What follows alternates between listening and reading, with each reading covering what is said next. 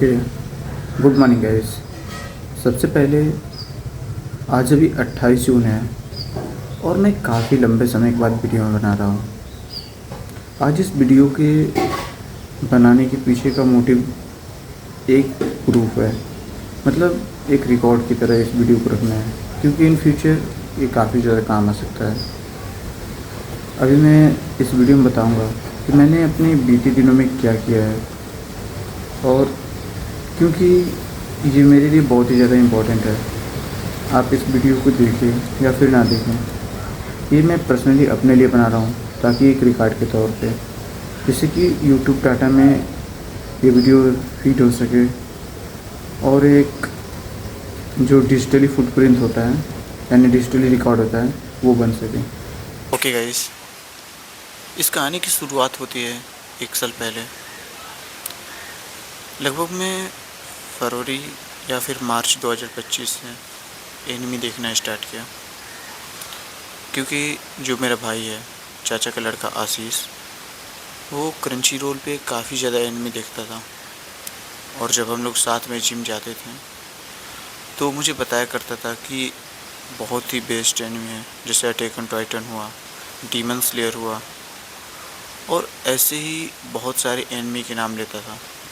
मैं उसकी बातों को रिलेट नहीं कर पाता था, क्योंकि मैंने कभी पास्ट में एनिमी ट्राई भी नहीं किया था और मुझे उसमें इंटरेस्ट भी नहीं था। लेकिन क्या हुआ कि साकेत गोखले, आप लोग यदि मेरी वीडियो देखते हैं, जो लोग जिम वीडियो देखते हैं, वो लोग साकेत गोखले को जानते ही होंगे। उसको एक इंजरी हुई थी अप्रैल में। मैं उसके वीडियोस कंसिस्टेंटली फॉलो करता हूँ और मैं हर एक वीडियो देखता हूँ। तो उस बंदे को जब इंजरी हुई थी, तो ये चीज़ मुझे बाद में पता चली कि उसे इंजरी हुई है, क्योंकि अचानक से सारी वीडियोस आना बंद हो चुकी थी यूट्यूब पे। मैं स्पेशली मैं काफ़ी ज़्यादा फ्री टाइम महसूस कर रहा था और मुझे अच्छा भी नहीं लग रहा था, उसकी वीडियोस नहीं आ रही थी। तो मैंने उस गैप को भरने के लिए सोचा क्यों ना थोड़े टाइम के लिए एनिमे ट्राई किया जाए, और मैंने अपनी स्टार्ट ही सोलो लेवलिंग से की। जाने अनजाने में ही मैंने सोलो लेवलिंग देखा, कहा चलो छोड़ो, देखते हैं इसे। मुझे नहीं पता था कि ये उतना हिट होगा। मैंने सोलो लेवलिंग देखना स्टार्ट किया। वहाँ से मैं एनिमी की दुनिया में एंटर किया और जितने भी अच्छे अच्छे एनिमी हैं मैंने देखा। यूट्यूब पे सर्च कर करके कि best anime movie, best web series movie enemy, ऐसे कर करके मैंने देखा। ये चीज़ बहुत छोटी सी लगती है या फिर नॉर्मल लगती है, पर मेरा माइंड इन सारी चीज़ों के बीच कुछ अपने माइंड में प्लान ही कर रहा था। मुझे एनिमी देखते देखते कब जापान से प्यार हो गया मुझे नहीं पता। मुझे जापान जाने की इच्छा होने लगी और मैंने सोचा भी कि इन फ्यूचर अगर मेरा कंटेंट क्रिएशन से अर्निंग होती है तो मैं जापान जाने के बारे में सोचूंगा। और मैंने जापान के बारे में रिसर्च करने लगा। मैं जापान के बारे में रिसर्च करने लगा कि लेट सपोज अगर मेरे पास इनकम है और एक स्टेबल अमाउंट है तो मैं कहाँ जाना पसंद करूँगा, क्योंकि जापान तो काफ़ी बड़ा है, आपको एरिया तो सेलेक्ट करना ही पड़ेगा ना। तो मैं ऐसे ही ढूंढ रहा था, बहुत सारी चीज़ों को देखा। फिर मेरा माइंड कहा कि जैसे इंडिया में इश्यूज़ हैं कुछ चीज़ों को लेके, वो आप सभी भी जानते हैं, हर देश के अपने कुछ इश्यूज़ होते हैं। तो मैंने ऐसे ही जेमिनी से पूछा कि जेमिनी, क्या जापान में सारी चीज़ें अच्छी हैं या फिर वहाँ के भी लोग कोई प्रॉब्लम फेस करते हैं डेली लाइफ में। तो जो सबसे बड़ी शॉकिंग चीज़ निकल के आई, मुझे अंदर से हिला दी। वहाँ की जो प्रॉब्लम है वो क्राइम, रेप या फिर टेररिज्म, ऐसा कुछ नहीं है। जो ऐसी प्रॉब्लम है जो इंडिया में कभी कोई फेस ही नहीं करता, लोनलीनेस, लोगों के पास टाइम ही नहीं है एक दूसरे से बात करने के लिए। ओवर क्राउडेड, टोक्यो पे इतना प्रेशर आ चुका है। और ये जो टॉक्सिक वर्क कल्चर होता है, इंडिया में तो फिर भी 8 से 10 घंटे लोग काम करते हैं या फिर 12 घंटे भी काम करते हैं, लेकिन वहाँ का ऐसा कोई नियम नहीं है। 14 घंटे भी करते हैं, 16 घंटे भी करते हैं जापान में। अब इस चीज़ पे हम लोग बहस नहीं करेंगे कि कोई ये उठा के दिखा दे कि नहीं ये बंदा 8 घंटे काम कर रहा है। तो हम एक्सप्रेशनल केसों की बात नहीं कर रहे हैं। आप अगर 90% केस देखेंगे तो ऐसे ही हैं। वहाँ का जो एम्प्लॉय है वो अपने बॉस से पहले नहीं जा सकता।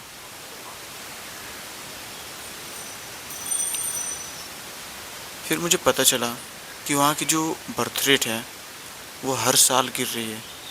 सरकार एल्डरली पर्सन को टेक केयर के लिए काफ़ी ज़्यादा पैसे खर्च कर रही है, बर्थ रेट को बढ़ाने के लिए नए नए कदम उठा रही है। मतलब रेंटल गर्लफ्रेंड और क्या कहलाता है, शादियों या फिर इन सारी चीज़ों को प्रमोट कर रही है सरकार। मैं देख के काफ़ी ज़्यादा आश्चर्यचकित हो गया, क्योंकि आप मुझे सिर्फ जिम करते हुए देखते हैं, लेकिन मैं बता दूं ज़िंदगी काफ़ी बड़ी है। मैं सिर्फ एक ही काम नहीं कर पाता। इन रियल लाइफ हम लोग अपने आप को मिनिमलिस्टिक कर लेते हैं, लेकिन अगर डिसिप्लिन से करें तो सारी चीज़ें हो ही जाती हैं। क्योंकि जिम की अगर बात करें तो क्या ही होगा, अगर मैं सुबह बैठूं खाना मील अपना तैयार करने, तो 1 घंटे में या फिर 1.5 घंटे में मैं अपने पूरे दिन का मील रेडी कर सकता हूँ। और 3 घंटे मैं जिम के लिए मानता हूँ, क्योंकि उसमें शूट भी करना होता है। तो अच्छी लाइटिंग और एंगल के लिए जब आप स्टार्टिंग करेंगे, 3 घंटे बेसिकली मैंने उसमें आना जाना भी रखा है। तो मैंने अपना दिन का कितना टाइम ख़त्म किया, 4 से 4.5 घंटे। बाकी सारी चीज़ें एक नॉर्मल इंसान की ही होती हैं, क्योंकि अगर मैं जिम नहीं भी करता तो ब्रश करता, सोता, खाता। लेट्स सपोज हमें इन सारी चीज़ों को ऐड करने की ज़रूरत नहीं है, तो इसे इतना भी हाइप देने की ज़रूरत नहीं है कि हम लोग एक साथ कई चीज़ें मैनेज नहीं कर सकते। बेसिकली अगर एग्जांपल देना चाहूँ तो लेट्स सपोज अगर हम कहें कि सेव में सिर्फ विटामिन सी होगा या फिर विटामिन ए होगा, या फिर किसी भी चीज़ को उठाओ और कहो कि इसमें सिर्फ एक ही स्पेसिफिक चीज़ है, ऐसा पॉसिबल ही नहीं है। नेचर भी हमें मल्टीपल चीज़ें देती हैं। अगर ऑरेंज की बात करें तो उसमें विटामिन सी भी होगा, और भी ना जाने कितने विटामिन हो गए। मुझे उतना नॉलेज नहीं है, तो मैंने बस ये एग्जाम्पल के तौर पे बताया है। इसीलिए लोगों को लगता है कि हमें सिर्फ एक ही चीज़ करनी चाहिए, बट रियल लाइफ में ऐसा नहीं होता। हमारे पास एक चीज़ के फोकस करने के बाद भी हमारे पास बहुत ज़्यादा टाइम रहता है। सेम ये चीज़ भी मेरे साथ भी हुआ, क्योंकि मेरा जो माइंड है वो सॉल्यूशन ओरिएंटेड है। तो उसने इस चीज़ को रिसर्च किया कि क्या ये प्रॉब्लम दूर हो सकती है। मैंने जेमिनाई से पूछा, बहुत सारे टॉक्स किए, सेल्फ टॉक किए, लिखा, देखा, मुझे लगा ये पॉसिबल है। फिर मैंने उस चीज़ पे काम किया, और जैसे मैं अभी वीडियो रिकॉर्ड कर रहा हूँ वैसे ही मैंने वीडियो रिकॉर्ड किया था कि कैसे हम लोग बर्थ रेट को बढ़ा सकते हैं, डिसेंट्रलाइजेशन कर सकते हैं, ओवर क्राउड के मैनेज कर सकते हैं, एक कम हो रही जो काम से डेथ हो रही है, इन सारी चीज़ों पर मैंने एक डिटेल वीडियो बनाया था। वो बेसिकली मैंने आपके लिए नहीं बनाया था, तो इस चैनल पे अपलोड नहीं है। मैंने उसे एम्बेसी के लिए बनाया था। उस वीडियो का लिंक मैंने दिल्ली एम्बेसी को भेजा। दरअसल ऐसे नहीं बता पाऊँगा पूरी स्टोरी। मैं आप लोगों को इस शुरू से बताता हूँ कि मैंने पहला स्टेप क्या किया था। मैंने वीडियो प्रूफ बनाने के पहले ही एम्बेसी, दिल्ली एम्बेसी में कॉल किया था। सारी चीज़ों को मैं साइड बाई साइड लगाता रहूँगा। बेसिकली अब मुझे फ़ोन हाथ में लेके बनाना पड़ेगा वीडियो। इस चीज़ की स्टार्ट होती है अप्रैल से। मैंने 14 अप्रैल को एम्बेसी से बात किया था और उसमें बताया था कि मेरे पास जापान की जो सबसे बड़ी प्रॉब्लम्स हैं उनका सलूशन है। अनफॉर्चुनेटली जो कॉल हिस्ट्री है वो मैंने पहले डिलीट कर दिया है, लेकिन प्रूफ के लिए मैं मेल रखा हूँ, जीमेल आईडी। उस पर मैंने 15 अप्रैल को उन्हें मेल भेजा था और उसमें वीडियो का लिंक भी दिया था जिससे वो लोग समझ जाए। लेकिन कुछ दिन बाद मुझे पता चला कि जो एम्बेसी होती है उन्हें मेरी आवाज़, जो मैं हिंदी बोलता हूँ, वो उसे कन्वर्ट करा के या फिर एक रैंडम पर्सन का वीडियो क्यों देखेंगी। फिर कुछ दिन बाद मुझे पता चला कि एम्बेसी इस प्रकार की चीज़ों को अवॉइड करेंगी और एक कोल्ड ईमेल समझ के उसे कचरे के डब्बे में फेंक देंगी। फिर जब तक हो पाया मैंने देखा, क्योंकि मैं पहले इस काम को लेके फ्रस्ट्रेटेड था। किसी भी देश की पॉलिसी बनाना या फिर वहाँ के सलूशन निकालना मुश्किल तो नहीं कहूँगा, लेकिन एक मेंटली टफ चैलेंज होता है। और इतनी मेहनत करने के बाद भी अगर कुछ ना मिले तो स्ट्रेस तो होता ही है। तो मैंने उस काम को वहीं पे छोड़ दिया। अब आ गया मई का दिन, क्योंकि मैं जब भी एनिमी देखता था तो मुझे जापान की याद आती थी और मैं जापान कैसे जा सकता हूँ। मैंने वो हर कोशिश की, मतलब मेरे पास ऑप्शन है कि मैं पैसे अर्न करके जा सकता हूँ, लेकिन मैं खुश नहीं रह पाऊँगा। क्योंकि अगर मैं चला भी गया वहाँ पे तो मुझे लोनलीनेस, इन सारी चीज़ों का शिकार होना पड़ेगा। अगर मैं इस वीडियो और कंटेंट क्रिएशन के थ्रू अगर फ्री हूँ तो इसका ये मतलब नहीं कि मेरा पड़ोसी या फिर मेरे एज के जो यूथ हैं वो फ्री होंगे। वो रेस्टोरेंट में या फिर कंपनी में काम करते ही होंगे और उनका जो टॉक्सिक वर्क कल्चर है, इसकी वजह से मैं उस चीज़ को एंजॉय नहीं कर पाऊँगा। तो मैंने 14 मई को मैंने बात किया था। मैं साइड में स्क्रीनशॉट लगा रहा हूँ जो 7 मिनट कुछ सेकंड का है। मेरी कॉल जो थी दिल्ली एम्बेसी के सबसे बड़े अधिकारी से हुई थी, लेकिन एम्बेसीज थोड़ा रूड टाइप की होती हैं। उन्होंने ये कह के ठुकरा दिया कि आप उस चीज़ को मेल करके ही भेजें और इसे एक पीडीएफ में करके भेजें, पीडीएफ फॉर्मेट में। अब स्टार्ट होते हैं मेरे इस सॉल्यूशन को कम्पैक्ट होना। पहले जब मैंने वीडियो बनाया था तो उसमें सारी चीज़ें बिखरी हुई थी। जब मुझे उन्होंने कहा कि इसे पीडीएफ या फिर फ़ोटो के फॉर्मेट में भेजो, तो मैं उसी वीडियो की डिटेल को चार्ट पेपर पे बनाया। मैं उसे उन सभी चार्ट्स को भी साइड में लगा दूंगा। अब प्रॉब्लम क्या हुआ कि चार्ट्स बनाने के बाद जब मैंने उसे भेजा तो वो गया ही नहीं, क्योंकि एम्बेसी का एक और रूल होता है कि 10 MB से अधिक की फ़ाइल नहीं जा सकती। मेल आप 10 MB से अधिक का नहीं भेज सकते, क्योंकि मैंने 5 चार्ट बनाए थे तो वो 10 MB की लिमिट को क्रॉस कर चुके थे। अब क्या हुआ कि जब मुझे पता चला कि 10 MB से अधिक का लिंक नहीं भेज सकते, मतलब 10 MB से अधिक की फ़ाइल नहीं जा सकती एम्बेसी को मेल के थ्रू, तो मैंने फिर दोबारा कॉल किया अगले दिन। हो सकता है मैंने एक ही कॉल का रेफरेंस दिया है, क्योंकि ट्रू कॉलर पे सिर्फ एक ही कॉल दिखा रहा है।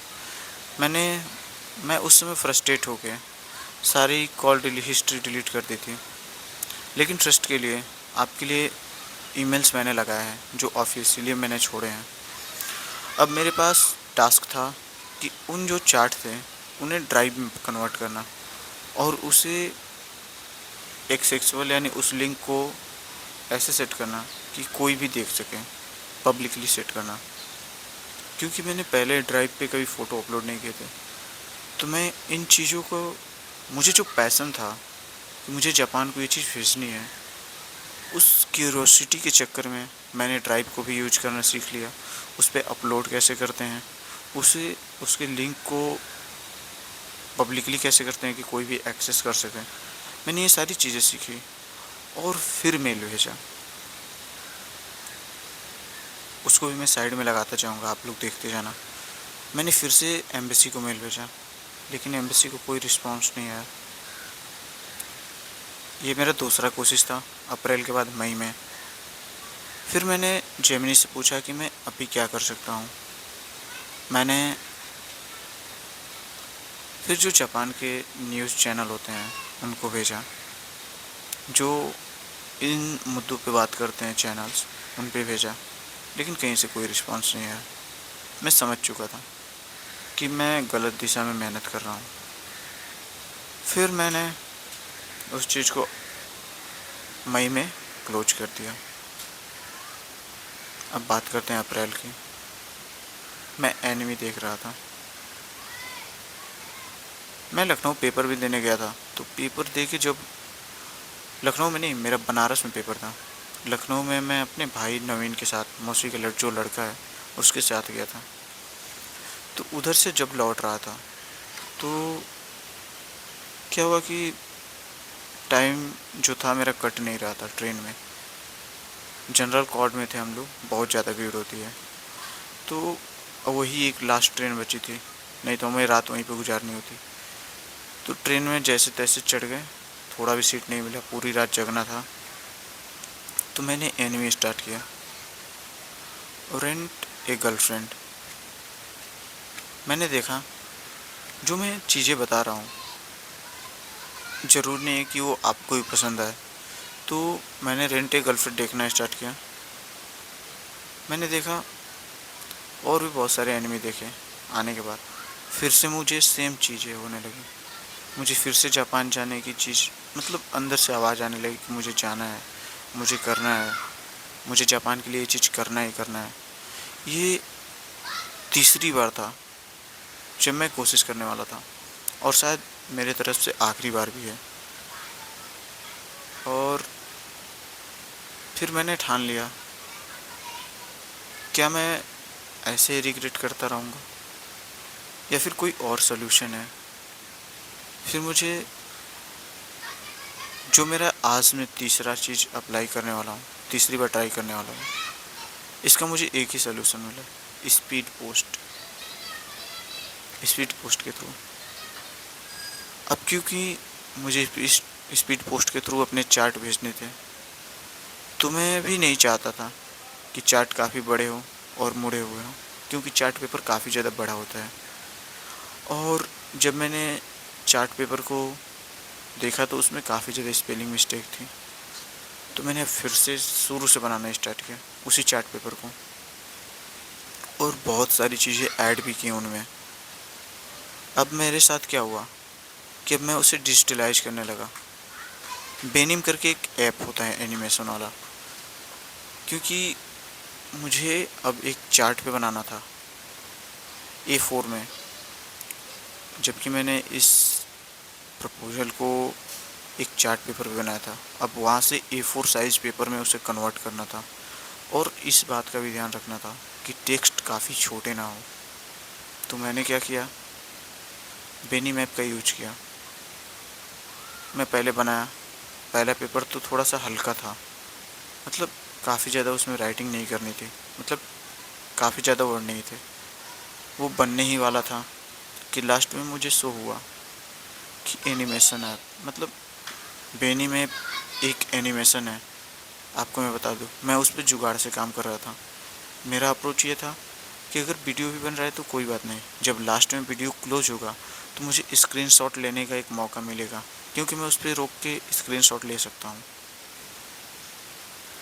जब मैंने उस पर पहला चैट बनाया तो साइड में लोगो दिखा रहा था। लोगों को जब मैं हटाने की कोशिश किया तो वॉच फ्रॉम ऐड दिखा रहा था और एक सब्सक्रिप्शन दिखा रहा था।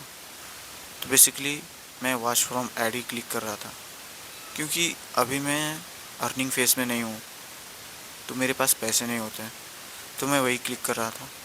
फिर से नहीं हुआ, क्योंकि ऐड वाला ऑप्शन क्लोज हो चुका था और 499 रुपये उसे पे करने थे। मैं पहला चार्ट पहले तो 2 से 3 दिन में बना पाया था मुश्किल से, और मैं थक चुका था पूरी तरह से, क्योंकि एक एक तीर को मैनेज करना और जुगाड़ पे इस चीज़ को बनाना काफ़ी ज़्यादा मुश्किल लगता है। एक तीर को इधर करता था तो दूसरी तीर दूसरी ओर चली जाती थी। मैं काफ़ी ज़्यादा फ्रस्ट्रेट और इरिटेट हो चुका था। मैंने अपना फ़ोन बंद किया और फिर, जैसा कि मेरा माइंडसेट की एक आदत है, क्या कोई और ऑप्शन है।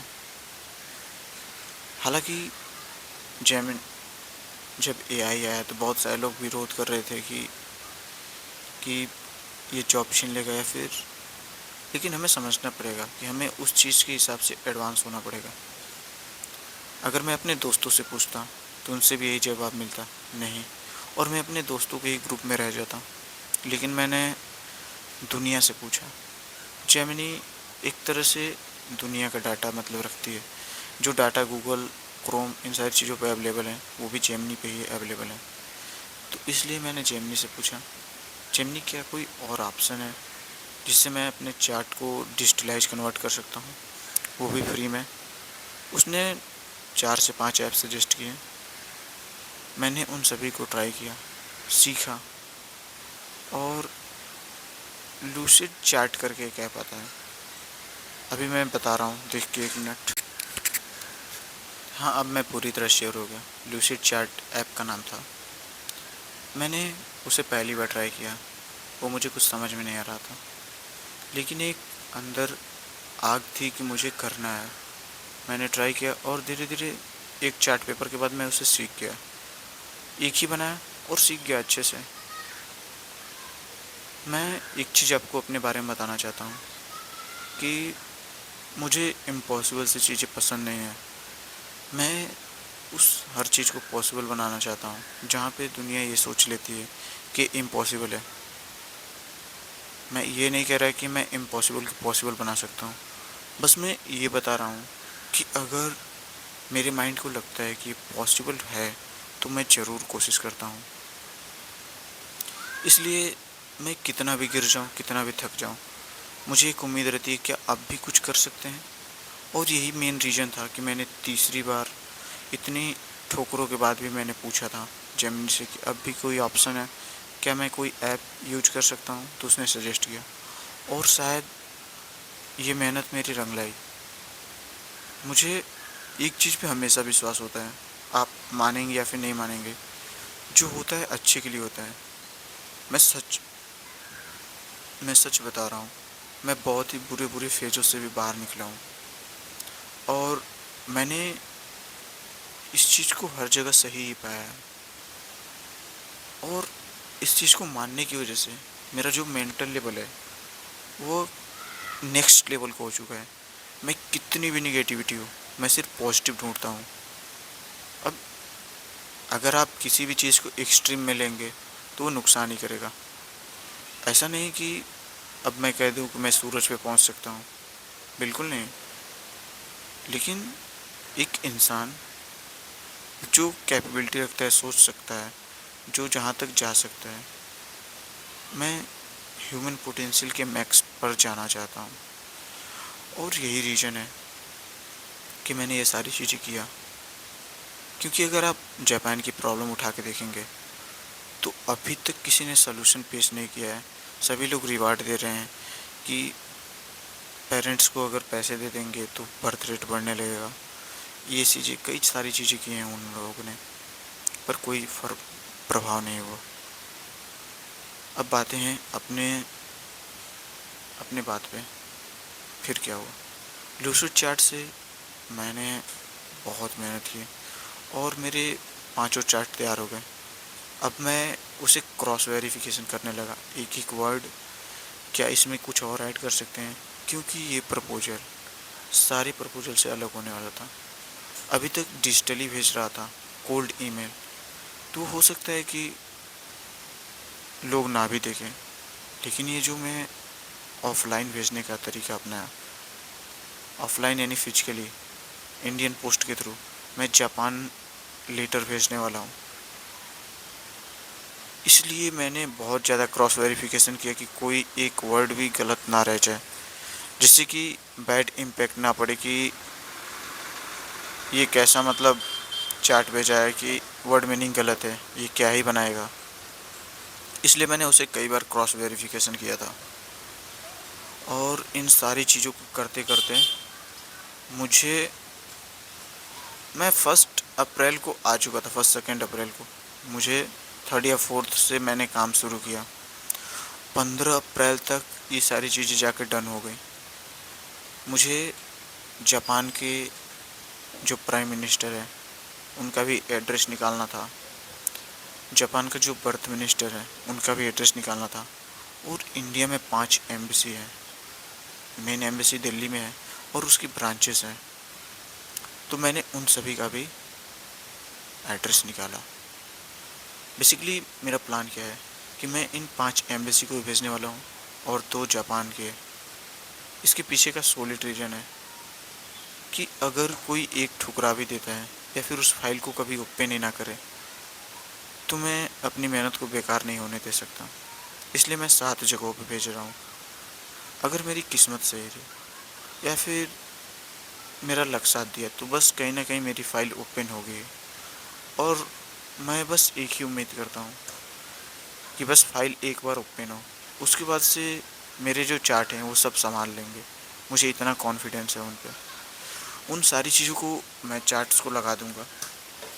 अब सबसे बड़ी चीज़ आई, क्योंकि एक चार्ट पेपर को मुझे डिजिटलाइज करके एक छोटे से फॉर्मेट में भेजना था।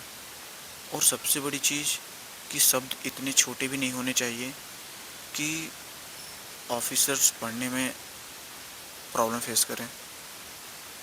और सबसे बड़ी चीज़ कि जापान की सारी प्रॉब्लम्स जो इंटरनेशनली हैं, जिनका सलूशन नहीं है, उसको मैंने सिर्फ 5 चार्ट पेपर में पिरोया था और उसे मैंने 5 चार्ट पेपर में डिजिटलाइज भी किया। आप समझ रहे हैं कि अगर किसी प्रॉब्लम को सॉल्व किया जाता है तो कितनी ज़्यादा मतलब कितने ज़्यादा पेज ऐड करने पड़ते हैं। लेकिन मुझे ये स्किल करना था, क्योंकि एम्बेसी या फिर प्राइम मिनिस्टर उनके पास टाइम नहीं होता। तो मैंने अपने आइडिया को इतना इतना कॉम्पैक्ट किया है कि birth rate, loneliness, overcrowded, करोसी जो मौत होती है, और इकिया हाउसेस, एल्डरली, इन जो 6 प्रॉब्लम्स है, एल्डरली केयर, इन सभी का सॉल्यूशन मैंने सिर्फ 5 चार्ट में दिया है। और मैं बता नहीं सकता कि मुझे कितना प्रेशर झेलना पड़ा कि इनको 5 चार्ट पेपर में कॉम्पैक्ट करना था। तो इसलिए मुझे चार्ट का साइज़ बढ़ाना पड़ा, डिजिटली वाले चार्ट का। A4 पे तो ये पता ही नहीं चलता, चींटी जैसा हाल हो जाता। तो मैंने A3 का यूज किया, A3 चार्ट डॉक्यूमेंट में कन्वर्ट किया। अब बात करते हैं जून 23, हाँ शायद 23 जून को मैं बलिया गया था। बेसिकली मेरा डिस्ट्रिक्ट बलिया है, मैं उत्तर प्रदेश का हूँ। मैं 23 तारीख को बलिया गया था ये पता करने के लिए कि इंटरनेशनली पोस्ट स्पीड पोस्ट होता है कि नहीं, क्योंकि मैंने अपने सारे डॉक्यूमेंट पे डिजिटली डेट डाला है 30 अप्रैल का। अप्रैल नहीं, कौन सा मई जून, 30 जून का मैंने डेट डाला है अपने सभी जो लेटर्स हैं। इसलिए मैं नहीं चाहता कि उस दिन कोई टाल मटोल करे जिससे कि मुझे डेट फिर से काट के लिखना पड़े। इसलिए मैंने क्रॉस चेक करने के लिए 23 तारीख को गया था बलिया। इधर मैंने अपने एरिया में हर जगह ढूंढ लिया था, A3 कोई प्रिंट ही नहीं कर रहा था। तहसील तहसील पे एक प्रिंट भी कर रहा था, तो वो 75 जीएसएम के पेपर था, जो ऐसा पेपर था कि अगर कोई निकाले तो बहुत ही भद्दा साउंड करेगा, अजीब सा, पानी थोड़ा सा भी लगे तो गल जाएगा, एकदम लूज पेपर। अगर मैं एम्बेसी को भेज रहा हूँ, मेरा लेटर टोक्यो जाने वाला है, तो मुझे इस बात का ध्यान रखना पड़ेगा कि पेपर अच्छी क्वालिटी का हो, क्योंकि वो कितने आदमियों के हाथ में जाएगा मुझे नहीं पता। और मेरे एरिया में सिर्फ एक ही A3 प्रिंटर था। उससे मैंने पूछा कि क्या अगर मैं पेपर लाऊंगा तो क्या आप प्रिंट कर देंगे? तो उसने कहा मुझे नहीं पता कि कितने जीएसएम तक का झेल पाएगा, इसलिए मैं रिस्क नहीं लेना चाहता। मैं बलिया इसीलिए गया था 23 तारीख को 23 जून को इसीलिए बलिया गया था ताकि मैं पोस्ट ऑफिस में पता कर सकूं कि इंटरनेशनली स्पीड पोस्ट होता है कि नहीं। और बलिया क्योंकि डिस्ट्रिक्ट है, तो वहाँ पे मैंने सोचा कि A3 पेपर अवेलेबल होगा और मशीनें भी बहुत ज़्यादा, तो मैं वहीं से अपने चार्ट प्रिंट आउट करवा लूँगा। वहाँ पे भी जाके मेरा पोपट हो गया। सभी लोग सिर्फ 75 जीएसएम ही दे रहे थे, बस एक ही बात रिपीट कर रहे थे कि कोई आता ही नहीं है इससे अधिक मोटा प्रिंट करवाने के लिए। सच भी बात है भाई, मुझे भेजना है जापान को, इसलिए मैं ट्राई कर रहा हूँ, बाकी तो ऐसे कोई नहीं करवाता। मैं बलिया पूरा घूमा 2.5 से 3 घंटे, कई दुकानें विजिट की, रिस्पॉन्स जीरो। फिर मैं थक हार के चला आया अपने एरिया के भी लोकल मार्केट में बहुत घूमा, कई सारी दुकानें मिली, A3 प्रिंटर मिला, लेकिन वो कागज़ नहीं मिला। मैं उस दिन घर आके उदास बैठा था। 23 तारीख को मैंने फ्लिपकार्ट खोला, एक जगह से जहाँ पे कार्ड प्रिंट होता है, उससे मैंने कहा भैया अगर मैं 120 जीएसएम या फिर इससे थोड़ा सा मोटा पेपर लेके आऊँगा तो क्या आप प्रिंट कर देंगे? उसने कहा ठीक है लाना, मैं प्रिंट कर दूँगा। मैं उस दिन आके तुरंत ऑनलाइन ढूंढने लगा फ्लिपकार्ट पे 120 जीएसएम पेपर A3 साइज में। मुझे मिल भी गया, मैंने ऑर्डर भी कर दिया, और आज 28 जून है और आज उसकी डिलीवरी होने वाली है। मैंने पैसे भी पहले ही पे कर दिए हैं। अगर वो टाइम से अगर आ जाता है तो अब इसके आगे जो वीडियो देखेंगे वो आप रियल एक्सपीरियंस करेंगे, क्योंकि आज मैं जाऊंगा तो उसे प्रिंट करवाऊंगा और इसमें हर एक बारीकी का भी मैंने ध्यान रखा है। आज प्रिंट करवा के 30 जून तक उसे टोक्यो और इंडिया के 5 एम्बेसी को भेजूंगा। ब्रो, मैं ये नहीं कहता कि ये वीडियो इंटरेस्टिंग होगी, लेकिन मैं इतना ज़रूर कहूँगा कि अगर तुम इस वीडियो को देखते हो, तुम्हें अपने 90s या फिर 20s में वो चीज़ करने की कैपेबिलिटी या फिर चुल मचेगी जिसे दुनिया नहीं करना चाहती। और सच कहूँ तो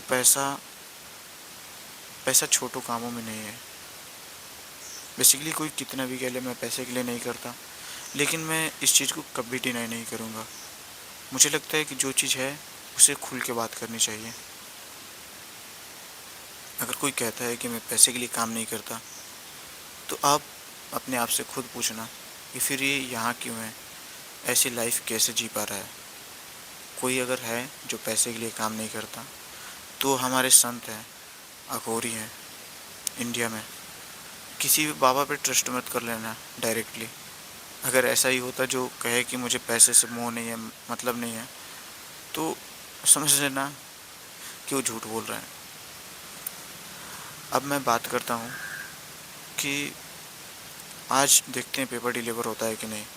आज डिलीवर होगा तो उसे प्रिंट करवाना है और उसके बाद इन सभी जगहों पे भेजना है। मैं बस यही चाहूँगा कि अगर आप यहाँ तक देखे हैं तो आपको ये समझ में आ गया होगा, क्योंकि मुझे ये वीडियो बनाने का कोई पर्पज़ नहीं था, इसलिए मैंने सभी रिकॉर्ड को नहीं रखा था, लेकिन जितना हो सका मैंने रिकॉर्ड पेश किया है। जीमेल आईडी के थ्रू मैंने जो मेल भेजे हैं, क्योंकि जब लास्ट स्टेप पे मेरा मैं रवाना करने वाला हूँ। तो मुझे एक डाउट है, क्योंकि जो ये वर्ल्ड है, यहाँ पे आइडियाज़ कॉपी और फिर चोरी भी होते हैं, इसलिए मैं ये डिजिटली प्रूफ के तौर पे बनाया हूँ। अब मैं आपको दिखाता हूँ एम्बेसी के वो 7 लेटर और जापान के। बस एक छोटी सी चीज़ करूँगा कि अपना एड्रेस हाइड करूँगा, सम पर्सनल रीज़न, ठीक है ना।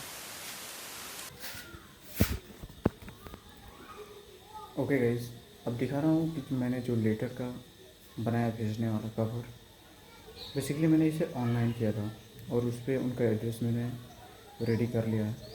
तो मैं अभी दिखाता हूँ।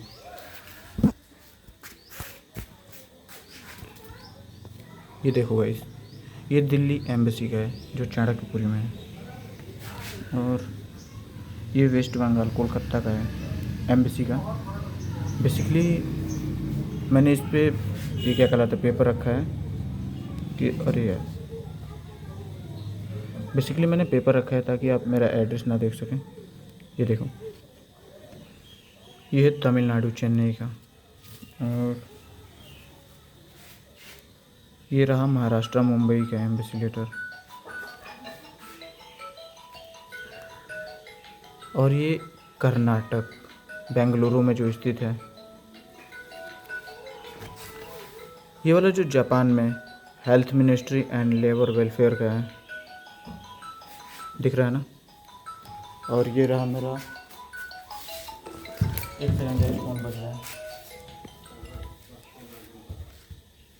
ओके, और ये रहा मेरा last, to prime minister Japan.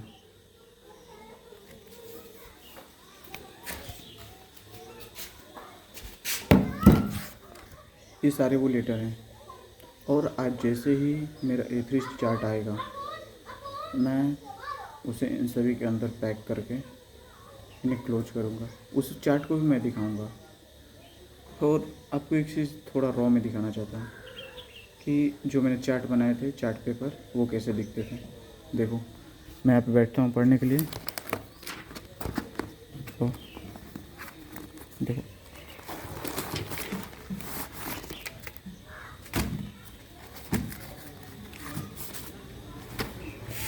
इन्हें इतनी बार ओपन किया गया है, इसने इतना सुधार किया हूँ, या फिर इतनी बार ओपन किया हूँ, ये काफ़ी ज़्यादा अजीब दिखने लगे हैं। ये था, मैं सिर्फ एक दिखा रहा हूँ, बाकी मैं इमेज में चार्ट में लगा दूँगा, ठीक है ना, आप देख सकते हैं। और मैं यहाँ पे बैठ के काम करता हूँ, अभी शूट कर रहा था। अभी मेरा फ़ोन डिस्चार्ज हो गया है, देखो मैं पावर बैंक से कनेक्ट करके इसे थोड़ा वीडियो शूट करना ज़रूरी था, इसलिए कर रहा हूँ।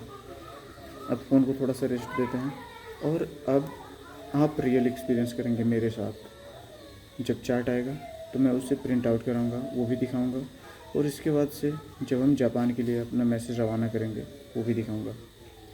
तो ठीक है गाइस, और मैं ये हमेशा कहूँगा कि अपने आप को एक चीज़ तक सीमित मत रखना।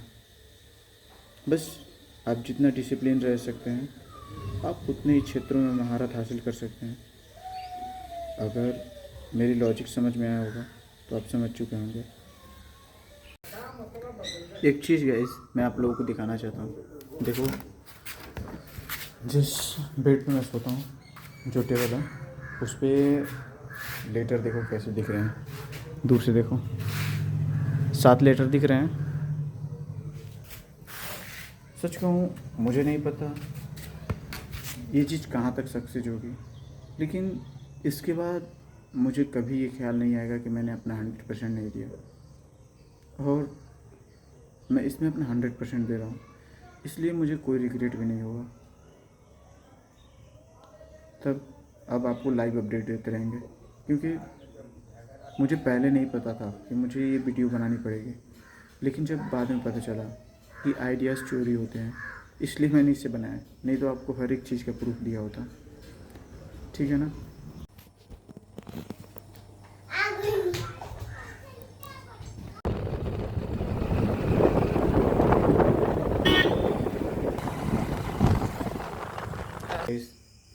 आज 29 तारीख है, और कल मुझे जापान के लिए लेटर पोस्ट करना है और सभी एम्बेसी को। अभी मैं और आशीष रात के अभी कितने बज रहे हैं, रात के भी 10:15 हो रहे हैं और हम लोग पैकिंग के लिए लग चुके हैं। इन सभी पेपर को इस लेटर में पैक करना है और उसे अच्छे से कवर अप करना है। बेसिकली कल हुआ क्या था कि कल मैं और चंद्रकांत गए थे प्रिंट कराने, लेकिन उसकी दुकान ही बंद थी। तो टेंशन और गुस्से की वजह से मैंने उस उधर से आने के बाद वीडियो ही नहीं शूट किया। और आज क्या हुआ कि बस ऐसे ही थोड़ा दोस्तों के साथ टाइम स्पेंड कर रहा था, तो जाते हुए या फिर आते हुए मैंने कोई वीडियो नहीं शूट किया। अभी फ़िलहाल में ये सभी चैट प्रिंट हो चुके हैं। लास्ट में मैं इनका एक एक फ़ोटो लगा दूंगा जिससे आप भी लोग पॉज करके पढ़ सकते हैं।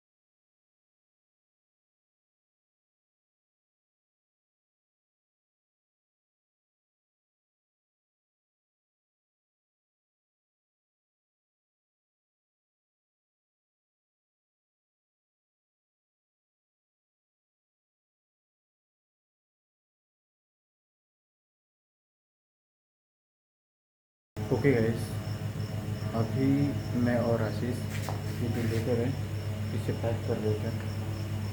और अभी हम लोग को इस काम को करते करते रात के 12 बजने वाले हैं। देखो, ये देखो 10 से 12 मिनट कम है 12 बजने में। बेसिकली आशीष आया था कुछ और काम से, पर मैंने उसे इसी काम में लगा दिया क्योंकि वो उससे मेरी थोड़ी हेल्प भी हो गई। थोड़ी नहीं, बहुत ज़्यादा हेल्प हो गई पैकिंग करने में। अकेले मैं पैकिंग करते ही रह जाता। और फाइनली ये काम डन हो चुका है। कल जाके इसे पोस्ट करना है। इसमें से 2 टोक्यो जाएंगे और 5 इंडिया में। तो कल मिलते हैं।